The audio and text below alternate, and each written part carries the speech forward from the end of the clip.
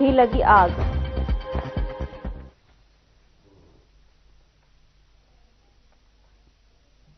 नमस्कार, मैं हूं आपके साथ सोनम राय। बुलेटिन की शुरुआत करते हैं। हरियाणा में लगातार तीसरी बार सत्ता संभालने के बाद अब बीजेपी अपने नेताओं और मीडिया विंग और प्रवक्ताओं को नई धार दे रही है। पार्टी के नेताओं और प्रवक्ताओं को प्रभावी ढंग से अपनी बात रखने और सरकार की उपलब्धियों को जनता तक पहुंचाने के लिए चंडीगढ़ में एक विशेष ट्रेनिंग सेशन का आयोजन किया जा रहा है। आपको बता दें कि सेशन का शुभारंभ सीएम नायब सिंह सैनी ने किया। वहीं इस कार्यशाला में वक्ता के तौर पर बीजेपी के राष्ट्रीय प्रवक्ता सुधांशु त्रिवेदी ने शिरकत की। बीजेपी के इस ट्रेनिंग सेशन में बेहतर कम्युनिकेशन के लिए ट्रेनिंग दी गई। इस नए संचार प्रशिक्षण कार्यक्रम के तहत उन्हें न सिर्फ पार्टी की नीतियों के बारे में जानकारी दी गई, बल्कि ये भी बताया गया कि कब, क्या और कैसे अपनी बात को रखना है।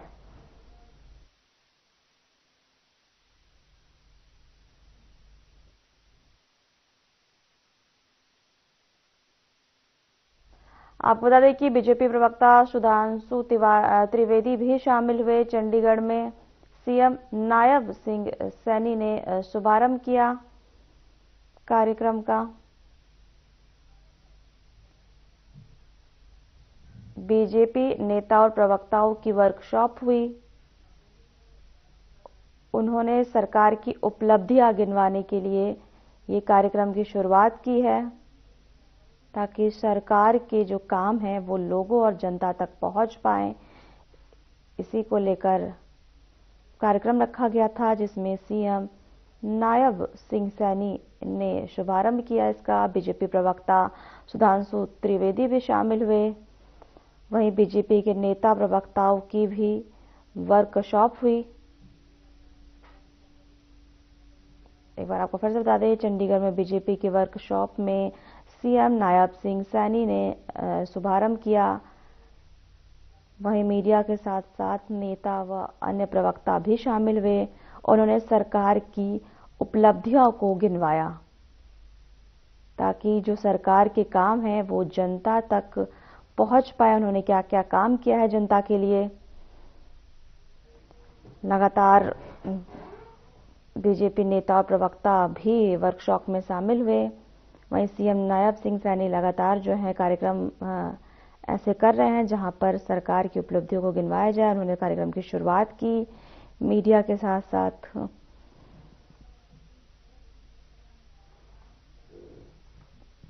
खबरों में आगे बढ़ेंगे। चंडीगढ़ में हुई बीजेपी की वर्कशॉप के बाद बीजेपी के राष्ट्रीय प्रवक्ता और राज्यसभा सांसद सुधांशु त्रिवेदी ने बताया कि पीएम मोदी के नेतृत्व में भारत 2047 तक विकसित हो जाएगा। वहीं हरियाणा के सीएम नायब सिंह सैनी के नेतृत्व में हरियाणा भी इसमें अपनी सहभागिता निभाएगा।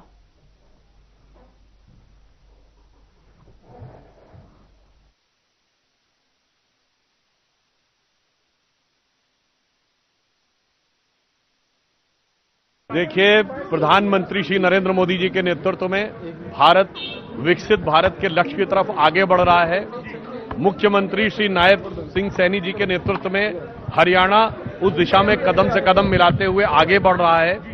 इन विषयों को प्रभावी ढंग से जन जन तक पहुंचाने के लिए और वास्तविक और वस्तु स्थिति के रूप में जनता तक पहुंचाने के लिए और विपक्ष के द्वारा जो खिसियाहट और बौखलाहट में भ्रामक प्रचार किया जा रहा है, उसे समाप्त करने के लिए हम लोग सब यहां बैठे थे कि इन विषयों के ऊपर किस ढंग से कार्य होना चाहिए। तो भिन्न भिन्न दायित्वों का मीडिया से संबंधित जो प्रदेश के लोग हैं उनके साथ यहां पर विचार विमर्श करने के लिए प्रदेश अध्यक्ष जी और मुख्यमंत्री जी और प्रदेश संगठन मंत्री जी सभी के साथ आज यहां पर बैठक हुई। उसी हेतु मैं दिल्ली से आया था।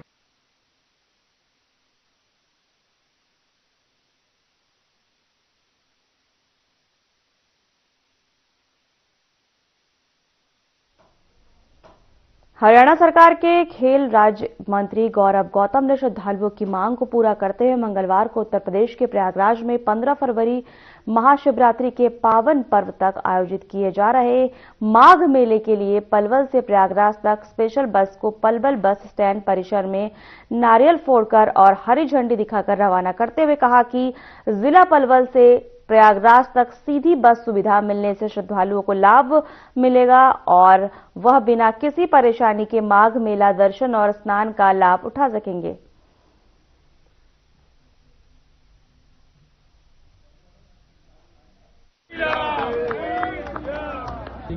आज हमारे इलाके के तीर्थयात्रियों की भी, भक्तों की, श्रद्धालुओं की भी एक मांग थी कि सीधा प्रयागराज बस पलवल से चले और वहां पर जो स्नान का एक जो मान्यता है उसमें लेकर आनंद की अनुभूति करें, भगवान से प्रार्थना करें कि वो हमारे इलाके को, समाज को सुख शांति रखे, विकास पे आगे बढ़े, सौहार्द के साथ, भाईचारे के साथ सब रहे। यही कामना सभी हमारे श्रद्धालु गए, यही पलवल वासियों के लिए करेंगे, पलवल के परिवारजनों के लिए करेंगे। सप्ताह में कितने फेरे होंगे, कितनी बसें जाएंगी? ये अब इसका शेड्यूल बना रहा है, जिस प्रकार से जो श्रद्धालुओं की जो डिमांड होगी उस पर हम इसको बढ़ाने का भी काम करेंगे। अगर लगेगा ज्यादा लोग जाने के लिए इच्छुक है तो ज्यादा भी उठाएंगे।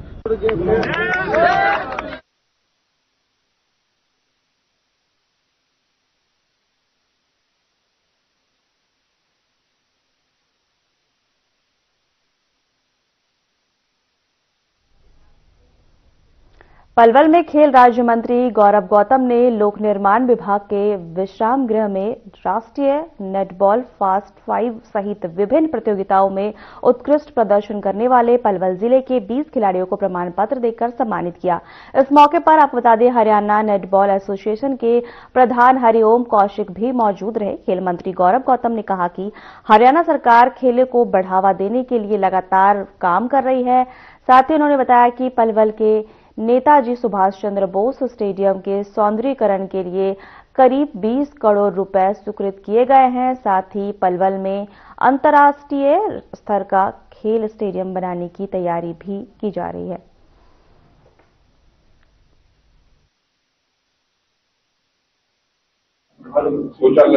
मैंने नेटबॉल गेम खेला था, पहले स्टेट खेला था, फिर मैंने नेशनल खेला था। नेटबॉल गेम मैंने स्टेट गुड़गांव में खेला था और नेशनल चिप मैंने यहाँ खेली थी, नेशनल पलवल में।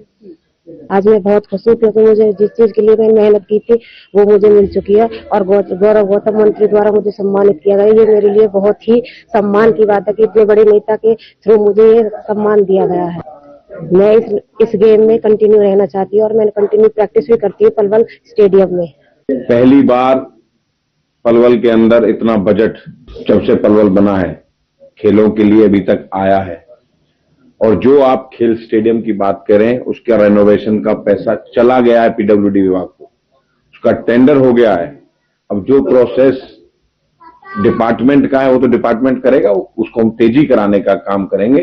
अभी खेल स्टेडियम में काम चल रहा है, अभी 15 से 20 करोड़ का बजट और हमारे सुभाष चंद्र बोस स्टेडियम के लिए आया है। और हमारी अभी जो अंतर्राष्ट्रीय स्तर का हमारा खेल स्टेडियम बनने का माननीय मुख्यमंत्री जी की घोषणा थी, उसके लिए जमीन तलाश रहे हैं। आपसे आग्रह है कि इस सकारात्मक चीजों को भी जरूर दिखाते रहें। पलवल का महत्व इसलिए ज्यादा बढ़ जाता है कि हरियाणा में खेल मंत्री पलवल से हैं और आपके जो ग्राउंड्स हैं पलवल में, वहां सरकार ने सभी गेम्स के कोचेज लगाए, बच्चों ने इंटरेस्ट लिया। हमारी 2025-26 की जो फास्ट 5 स्टेट चैंपियनशिप थी उसमें भी आपके जिले का मेडल रहा। हरियाणा ओलंपिक ने राई में हमारा नेटबॉल इवेंट हुआ था, उसमें भी मेन सेक्शन में मेडल रहा। और अभी सीनियर जो हमारी स्टेट चैंपियनशिप है उसमें भी दोनों सेक्शन में मेडल रहा।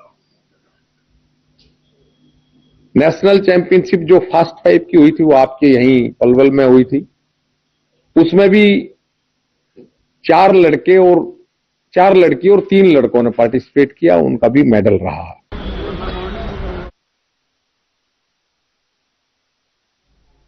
कुरुक्षेत्र में हरियाणा और उत्तराखंड कांग्रेस के जिलाध्यक्षों का 10 दिवसीय प्रशिक्षण शिविर आज से शुरू हो गया है। 22 जनवरी तक ये शिविर चलेगा। संगठन को मजबूत करने और चुनावी रणनीति पर प्रशिक्षण दिया जाएगा।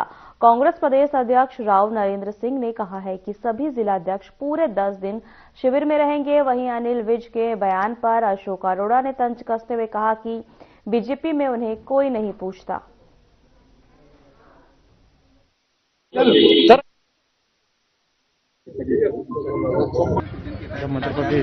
इस पावन स्थल के ऊपर पंजाबी धर्मशाला में हरियाणा और उत्तराखंड प्रदेश के नवनियुक्त जिला कांग्रेस का जो अध्यक्ष है, उनका ट्रेनिंग कैंप 10 दिन के लिए ऑल इंडिया कांग्रेस कमेटी के द्वारा यहाँ शुरू किया जा रहा है। और इस कैंप के अंदर खास तौर से कांग्रेस पार्टी से जुड़ी हुई सभी बात, पुराना पार्टी का इतिहास, आगे पार्टी को वर्तमान में क्या करना है, भविष्य में क्या करना है, और कांग्रेस पार्टी की जो नीतियां हैं, कांग्रेस पार्टी के समय में जो कार्य हुए हैं देश के लिए, प्रदेश के लिए, वो सब हमारे जिला अध्यक्षों को मालूम होना चाहिए। थोड़ी सर आईडी पीछे करना थोड़ी।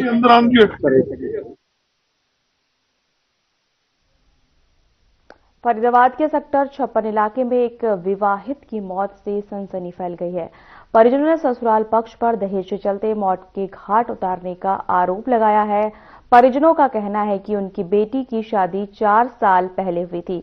कुछ दिन बाद से ही ससुराल पक्ष के लोग दहेज के लिए लड़की को तंग करने लगे। लड़की बार बार प्रताड़नाओं के बारे में अपने परिवार को बताती थी, लेकिन परिवार नहीं जानता था कि एक दिन वो अपनी बेटी को खो देंगे। परिजनों के पास फोन गया कि महिला काफी देर से बाथरूम में बंद है और दरवाजा नहीं खोल रही है। जब परिजन पहुंचे तो देखा कि महिला के गले पर रस्सी के निशान थे। फिलहाल सूचना पर पहुंची पुलिस ने मामला दर्ज कर आगे की जांच शुरू कर दी है।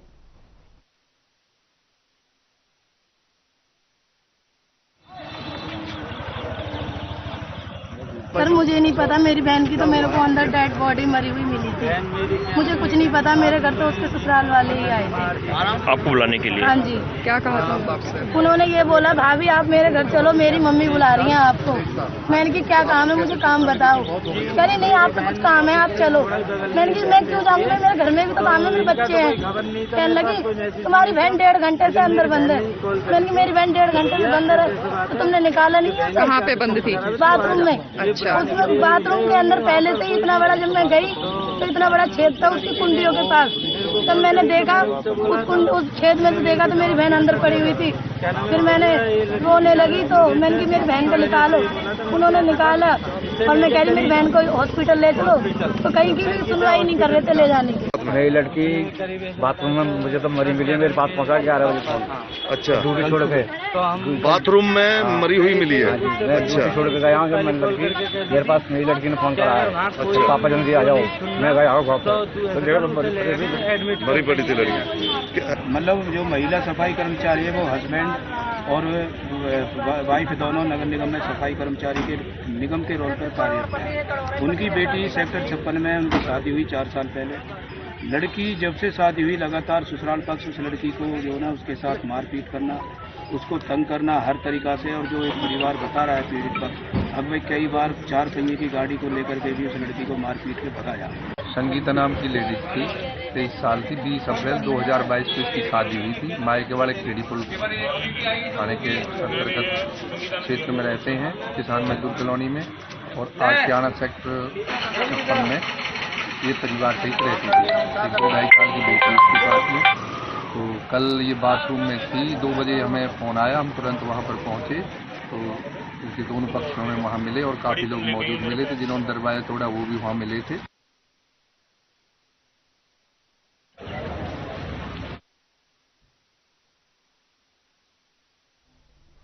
ग्रेटर फरीदाबाद के सेक्टर 79 स्थित सोसाइटी में दिन दहाड़े चोरों ने चोरी की वारदात को अंजाम दिया।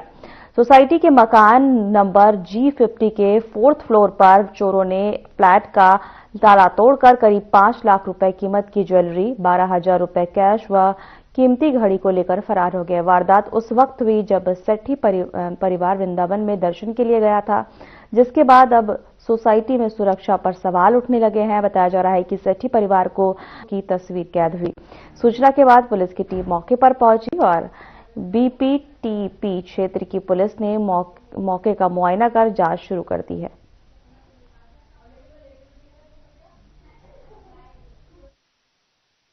जो ट्यूशन पढ़ाती हैं, ट्यूशन में जो बच्चा पढ़ता है उनकी मदर का, कि ये पूछने के लिए कि ट्यूशन से बच्चे को कब वापस लेने के लिए आऊं मैं। हमारे घर के सामने ही वो रहते हैं। और तो वाइफ ने बताया कि आज तो मैं हूं ही नहीं घर पे, तो आपने ट्यूशन कैसे छोड़ दिया उनको। तो वो कहते हैं हमने तो टाइमली जो 3 बजे का टाइम होता है, मैंने उनको नीचे लिफ्ट में छोड़ दिया था। तो हमने बोला कि ऐसा तो नहीं कि बच्चा कहीं लिफ्ट में ही है, क्योंकि हम तो घर पे है ही नहीं और घर पे लॉक लगा हुआ है, तो घर पे कोई भी अवेलेबल नहीं है। तो उन्होंने वो भागते भागते आए, क्योंकि बच्चे की टेंशन तो सब माँ बाप को तो होती ही है। तो आकर के उन्होंने देखा तो पता लगा कि बच्चा यहीं इसी रूम में यहीं बैठा हुआ था। तो उनका फोन आया कि बच्चा तो अंदर घर में बैठा हुआ है। तो हम भी हैरान हुए, क्योंकि हम तो घर को लॉक करके गए थे। तो हमने उनसे आग्रह किया कि वीडियो कॉल पे एक बार हमें कॉल कीजिए, ताकि हम देख सके कि घर कैसे खुला है कैसे नहीं खुला। तो उनकी वीडियो कॉल आई हमें, तो उन्होंने घर का दिखाया, जैसे मैंने अभी आपको दिखाया, पूरा लॉक मेन गेट का टूटा हुआ है।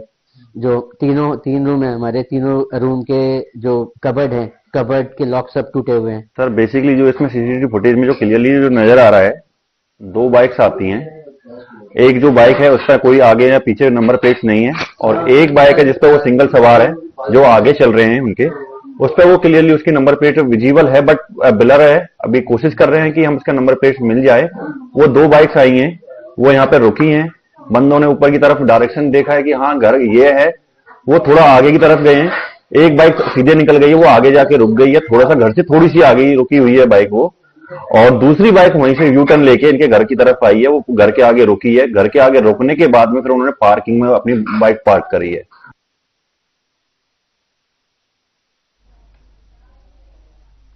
पानीपत पुलिस ने समालखा की गुड़ मंडी में मिठाई की दुकान पर फायरिंग और रंगदारी मांगने के 3 आरोपियों को गिरफ्तार किया है। पुलिस ने आरोपी निखिल उर्फ लाखन प्रिंस और वंश को अवैध हथियार सहित गिरफ्तार किया है। आरोपियों के पास से 3 देसी पिस्तौल और 2 जिंदा रौंद बरामद किए गए हैं। इन आरोपियों ने 6 जनवरी को मिठाई की दुकान पर फायरिंग की थी और दुकान के मालिक से करोड़ों रुपए की रंगदारी मांगी थी। पुलिस ने सीसीटीवी फुटेज और गुप्त सूचना के आधार पर आरोपियों को पकड़ने में सफलता पाई। वहीं 3 आरोपी न्यायालय में पेश किए गए और 6 दिन के अंदर पुलिस रिमांड पर भेज दिए गए।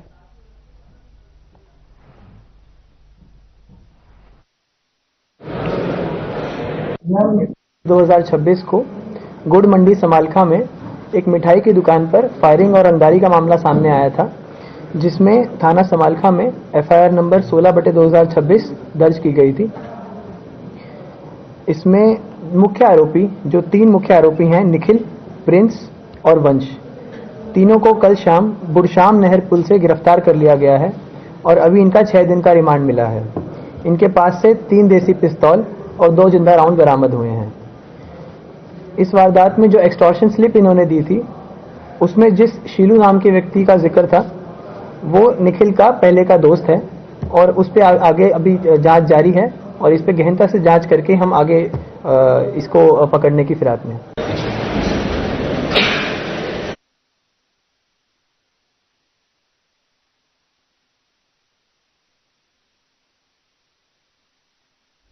फरीदाबाद में कमांडो पुलिस टीम ने बिना नंबर प्लेट बाइक सवार 2 युवकों को बीपीटीपी फ्लाईओवर के पास रोककर जांच की। वहीं स्प्लेंडर बाइक पर आगे नंबर प्लेट टेढ़ी और पीछे प्लेट न होने पर पुलिस को शक हुआ। पूछताछ में युवकों के पास से बाइक के कागजात नहीं मिले। बाद में फोन पर आरसी मंगवाई गई, इसके बाद बाइक उनके पिता के नाम रजिस्टर्ड पाई गई। कमांडो टीम के अनिल कुमार ने बताया कि अपराध रोकने के लिए सरप्राइज गश्त की जा रही है। हेलमेट न पहनने और ट्रैफिक नियम तोड़ने पर युवकों को ट्रैफिक पुलिस के हवाले किया जाएगा।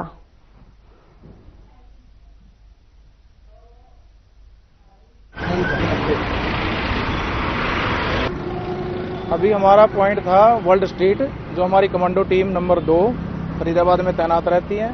कमांडो की टीम है 24 घंटे फरीदाबाद में तैनात रहती है उच्च अधिकारियों के आदेशानुसार। अभी हम अपनी ड्यूटी फिनिश करके बीपीटीपी से वर्ल्ड स्ट्रीट से अभी सेक्टर 12 की तरफ जा रहे थे, तो तभी गाड़ी के रोंग साइड से, मतलब हम अपनी दिशा में चल रहे थे तो हमारे आने वाली रोंग साइड में तो एक मोटरसाइकिल आई, 2 लड़के बैठे थे उसके ऊपर। आरसी मांगी तो आरसी इन्होंने दिखा दी। आरसी जो गाड़ी चला रहा है लड़का, उसके पिताजी के नाम है। सबसे पहले क्या है कि मोटरसाइकिल पे ना तो फ्रंट की साइड से कोई नंबर दिख रहा है, ना बैक साइड से कोई नंबर दिख रहा है।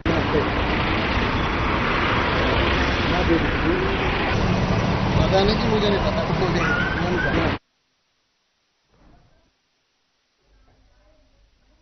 नशे की गिरफ्त में आ चुके रतिया क्षेत्र के युवाओं को नशे से दूर करने के उद्देश्य एक अनोखी मुहिम शुरू की गई है। अंतर्राष्ट्रीय स्तर पर पावर लिफ्टिंग के नाम से कमा चुके रतिया के पावर लिफ्टर सड़कों पर उतरे हैं और उन्होंने बेटे के साथ सड़क पर पुशअप लगाकर युवाओं को खेल से जुड़ने और नशे से दूर रहने के लिए प्रेरित कर रहे हैं।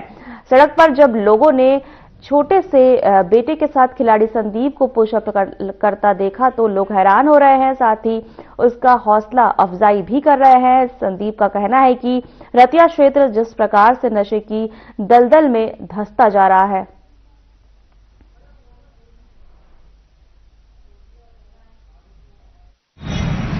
इसका मेरा मेन मकसद ये है, जो आजकल के युवा है नशे के दलदल में धंस रहे हैं, उनको जागरूक करके उनको बचाने के लिए सपाटा यात्रा निकाल रहा हूं मैं।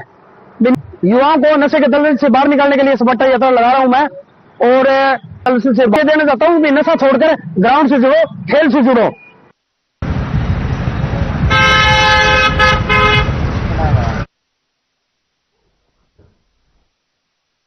आपको बता दें कि नशे के खिलाफ चल रही अनोखी मुहिम जो है रतिया में लगातार युवाओं को प्रेरित करने के लिए किया जा रहा है। अंतर्राष्ट्रीय पावर लिफ्टर ने अपने बेटे के साथ जो है सड़क पर पुशअप किया और युवाओं से नशे के खिलाफ जो है जागरूकता अभियान चलाया युवाओं के लिए, ताकि युवा जो है नशे की लत से बाहर निकले। नशे के खिलाफ चल रही अनोखी मुहिम में आप देख सकते हैं रतिया के लिफ्टर जो है अपने बेटे के साथ पुशअप करते नजर आ रहे हैं।